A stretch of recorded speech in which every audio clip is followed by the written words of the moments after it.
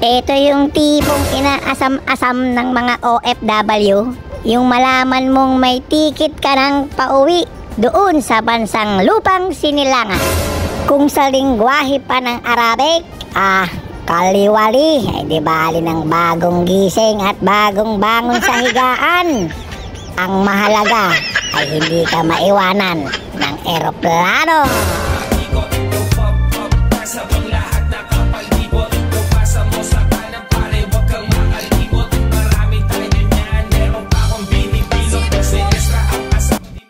Ito yung araw na talagang napakasaya ng mga OFW. Yung tipong nalimutan mo na ang lahat ng problema mo. Pati jowa mo, nalimutan mo na rin eh. Ito na, yung tipong lilipad na. Ayan o, ay talagang super excited.